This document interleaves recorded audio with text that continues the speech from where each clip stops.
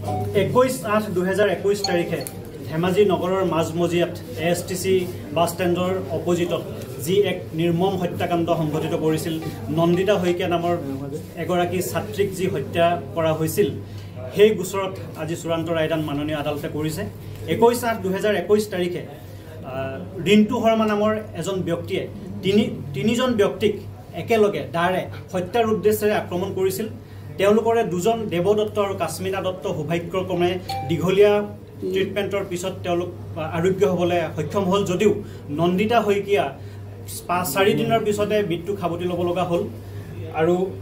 পিতৃ মাতৃৰ জীৱিত কালত সন্তানৰ মৃত্যুৰ যি এক বেদনা সেই বেদনা তেওঁলোকৰ পিতৃ মাতৃয়ে সহিব লগা হ'ল সেই মৃত্যু কোনো স্বাভাৱিক মৃত্যু নাছিল সেই মৃত্যু কোনো দুৰ্ঘটনাজনিত কাৰণত হোৱা মৃত্যু নাছিল সেই মৃত্যু কোনো ৰোগজনিত কাৰণত হোৱা মৃত্যু নাছিল হি আছিল এক হত্যাকাণ্ড আৰু প্ৰচুৰ সম্ভাৱনাপূৰ্ণ মেধাৱী ছাত্ৰী নন্দিতা শইকীয়া আমাৰ মাজৰ পৰা চিৰবিদায় ল'লে আমি যিমান ইচ্ছা কৰিলেও তেওঁ পৰিয়ালৰ মানুহে যিমান ইচ্ছা কৰিলেও কোনো কালে কোনো দিনে তাইক আৰু উভতাই নাপায় গতিকে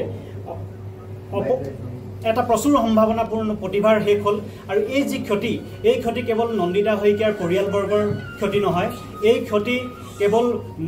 মৰিধল মহাবিদ্যালয়খনৰ ক্ষতি নহয় এই ক্ষতি কেৱল নন্দিতা শইকীয়াৰ পৰিয়ালবৰ্গ আত্মীয় স্বজন বা বন্ধু বান্ধৱীৰ ক্ষতি নহয় এই ক্ষতি এক সামাজিক ক্ষতি অপৰাধ যিমানে গম্ভীৰ হয় যিমানে গধুৰ হয় তাৰ শাস্তিও সিমানে গম্ভীৰ হ'ব লাগে এই উদ্দেশ্যৰে আজি 4টা বছৰে মই নন্দিতা শইকীয়া আৰু তেওঁলোকৰ বাকী দুজন